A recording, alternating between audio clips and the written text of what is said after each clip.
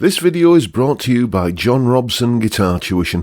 If you enjoy the content, please consider supporting the channel by enrolling on a course, purchasing some guitar lessons or a t-shirt, or you can join my Patreon. Now, on with the show. Hello chaps, welcome once again to John Robson Guitar Tuition. As always, I do hope you're well. It's that time of year again, we're into December now, and I thought it'd be kind of appropriate to take stock of what I've been up to. I've had a busy year. I've reviewed, I've lost count of how many guitars and a few pedals and other bits and pieces of a guitar related nature as well. So what we're about today, being Tuesday, is the top 5 pieces of equipment that I've reviewed in 2022, my personal favourites, and this has been a particularly tricky list to narrow down to 5, but I think I've got it. I think I've managed it. So let's see what my top 5 picks of gear that I reviewed this year are, starting with Marshall DSL-1 combo. Yep, I bought this back in June and it was just an itch that I needed to scratch, really. I miss playing through a real amp. I'd sort of got used to the convenience of, first of all, a fantastic little amp modeler pedal, an effects unit, a Vox Tone Lab. Many of you who've been watching this channel for a while will remember me using that all the time. And then I sort of migrated onto, PC-based amp sims, bias amp and guitar rig predominantly. I was getting like fantastic tones out of those, really, really happy with the sounds I was getting. But the grass is always greener on the other side, isn't it?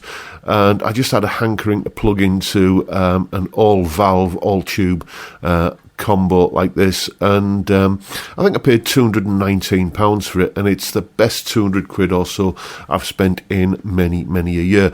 It's my main source of guitar tones these days. I absolutely love playing through this amp. It's many people have commented in the videos that I must be on kind of really good terms with me neighbours. I must have tolerant neighbours, because it always sounds like I've got it cranked really loud in the mixes, but it's only a 1-watt combo, and it's, in volume terms, it's kind of about as loud as a TV or a hi-fi, or just regular kind of household levels of volume, and it produces fantastic tones like this. This is the guitar's volume cranked up full, and I'm on the classic gain channel with the gain or the volume on that channel cranked right up, and these are the tones that it gives me.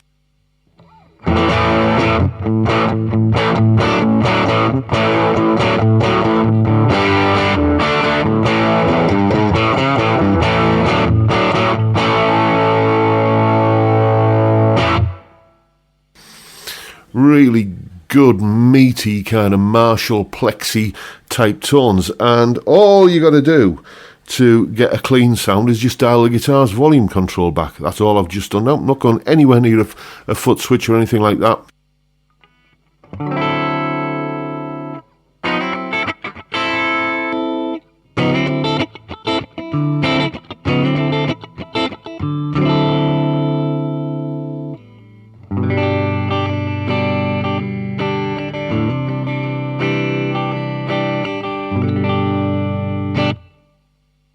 It's got that beautiful bell-like kind of harmonic richness to the clean sound, which I really love.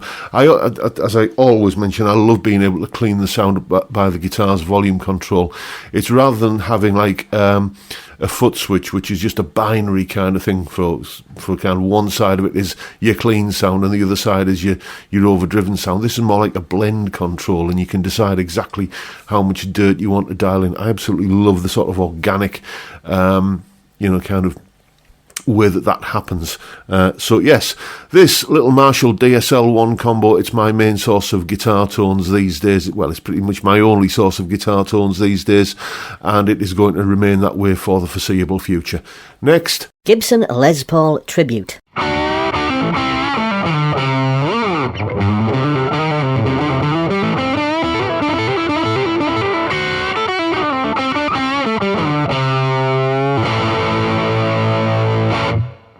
Yeah, I love this guitar. it was a bit of a toss of a coin whether it was this guitar or the PRS S2 Standard 24 Satin that made the final cut for this list. But there was a 30-year wait for this guitar. I've told this story a few times, but basically back in 92 when I first turned professional, as it were, as a musician, times were tough and I had to sell a few things, one of which was the last Gibson Les Paul that I owned, and you blink an eye and 30 years have gone past, and I just thought, you know what, it's time. And in the intervening years, between sort of 92 and 2022, I've owned a few Les Paul style guitars, a few single cuts, Epiphones, and Tanglewoods and Vintages and Harley Bentons, and also played a lot of Les Pauls, including some Gibsons that have belonged to students of mine that I've had on loan, and stuff. And once the new guitar novelty factor has worn off of any of those guitars that I've played, I don't know, I just never really bonded with any of them. But back in April when I bought this, as soon as I took it out the box and kind of, just the feel of the neck and everything, I thought, you know what, yeah, this is something a bit special. And it's not even like many Gibson badge snobs will say it's not even a proper Les Paul. It's because it's the entry level one. It's a Les Paul tribute, the cheapest Gibson that you can buy. And a number of people have told me, "Oh, you bought the wrong guitar. You should have saved up a bit more and bought a studio or a standard or something." Well, I've played those guitars, many of them, and I didn't really get on with them. The stickiness of that Gibson gloss nitro finish is always a bit of a buzzkill for me. But this has got a lovely silky smooth satin finish. It's got a beautiful weight to it. It's a nice comfortable weight because of the weight relief. The 490R and 490T pickups that are in this, fantastic vintage voiced PAF style pickups, Alnico 2 magnets, which is very much my cup of tea. This is, it'll do that sort of Telecaster on steroids thing fantastically well.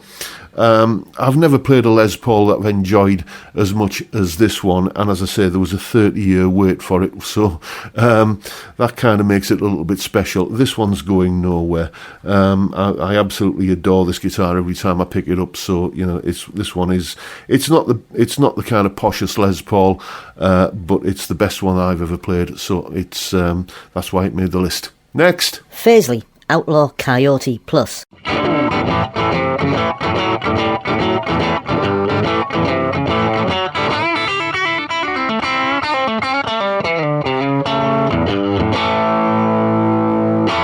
Yes, probably the biggest surprise of 2022, this Firsley Outlaw Coyote Plus. Never expected that I would end up being the long-term custodian of this guitar. Basically, the chaps at Bax Music, where Firsley is the in-house brand, got in touch and said, we've got a new range of guitars coming out, and would you like to review them? So this sent me this and a couple of others on loan. Basically, the way it works is that you send they send the guitar out to you, and you keep it for I think 60 days, and then it's got to go back as like a customer return sort of thing, and you don't get charged. But I was so taken with this guitar that after playing it for a few days, I got back in touch with them and said, send me the bill, I'm keeping this one. And they very, very generously said, no, actually, you can have it on us with our compliments, and for that I am eternally grateful. These guitars are about 150 quid, and I was more than prepared to pay full price for this guitar. It is probably the best budget Telecaster style guitar that you're ever going to find. Just that the neck on it is the really... is its kind of star turn, really. It's a beautiful neck, as you can see by the dark caramelized colour. It's a roasted maple neck, and it is absolutely fantastic to play on. This neck feels better than the neck on my Fender Nashville Telecaster back there. That is no word of a lie. And that guitar is a fantastic guitar. I won't have a word said against it. I love that guitar. But the neck on this is just utterly sublime. Silky smooth, like slightly rolled fretboard edges. And, just everything about it. Beautiful satin finish. It's just a fantastic neck to play on. And, you've got this kind of ash body with this gorgeous... they call it a transparent black finish, I think, but to me, I don't know about if my eyes are lying to me, but it looks green to me, and it's just got...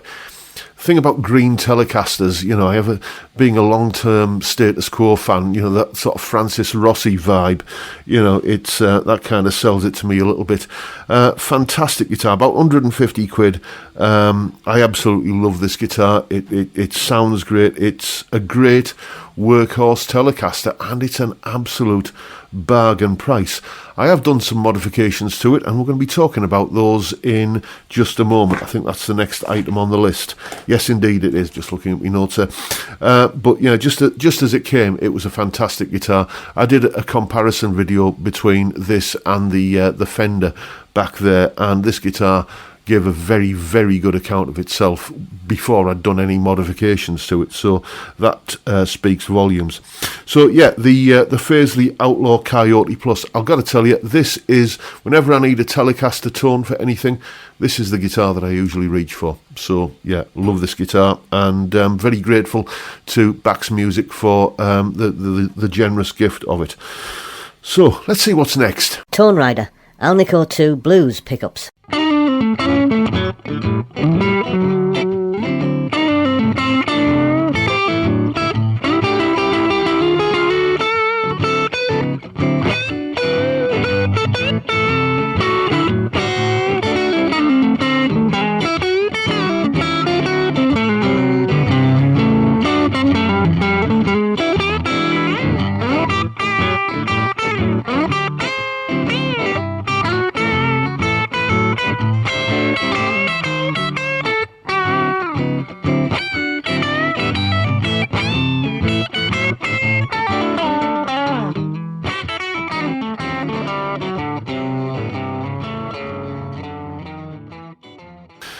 Yes, indeed. The pickups that ended up going into this guitar that we were just talking about, the Firsley Outlaw Coyote Plus, now sports a set of Tone Rider Alnico 2 Blues pickups. My favourite Telecaster tone ever that I've ever had was in the Telecaster I had many years ago, a Fender Light Ash Telecaster, which sported, as a kind of stock set of pickups, it had the Seymour Duncan Alnico Pro 2s in it, and it was a fantastic Telecaster tone, great sweet tone that sounded great clean and with gain, and it's just always been the benchmark in my head of how I like a Telecaster to sound. And the original stock pickups in this, I'm not allowed to tell you what they were when it came, but they are a well-known brand of pickups that you can buy as aftermarket pickups, and somehow or other Firsley managed to be able to budget to be able to put a respectable brand of pickups into this guitar that costs 150 quid. But I was curious about Tone Rider pickups, and as I say, I had that old Fender Light Ash Telecaster with the Seymour Duncan Alnico 2 pickups in it as a sort of benchmark in my head. So, putting two and two together, the sort of curiosity about the Tone Rider pickups and that sort of Telecaster tone that I admired so much back when I had that Light Ash Telecaster, I thought, well, let's see if I can get this guitar somewhere close to being something like my old Light Ash Telly, and it really, really has aced it. I mean, as I said in the previous segment, I got this guitar, kind of with the compliments of Bax Music. They gave it to me. I would have happily paid the £150 street price for this, and with the mods that I've done to it, I put a set of locking tuners onto it, mainly because the tuners were okay that were on it, but I am slightly sort of coming around to the idea of locking tuners. I was sceptical about them for the time, and a set of Vanson locking tuners, great tuners, you can pick them up for about 30 quid on eBay. So I put those in, and basically the Tone Rider pickups, and it's really transformed this guitar, the pickups especially. This now is as good a guitar as my memory of the Fender Light Ash Telecaster. I'm not going to say it's as good as the Light Ash Telecaster was. This guitar is as good as my memory of it.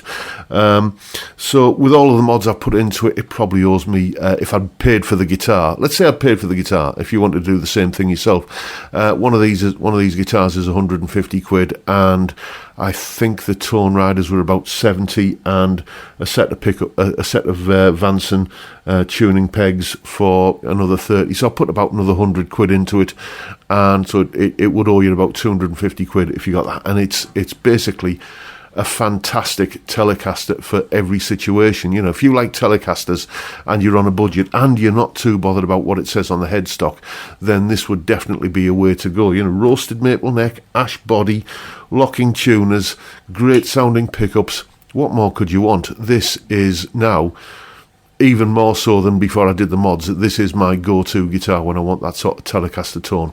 So this one is, I'm very, very impressed with it, not least because of those Tone Rider Alnico 2 blues pickups. Next. New X Horseman pedal.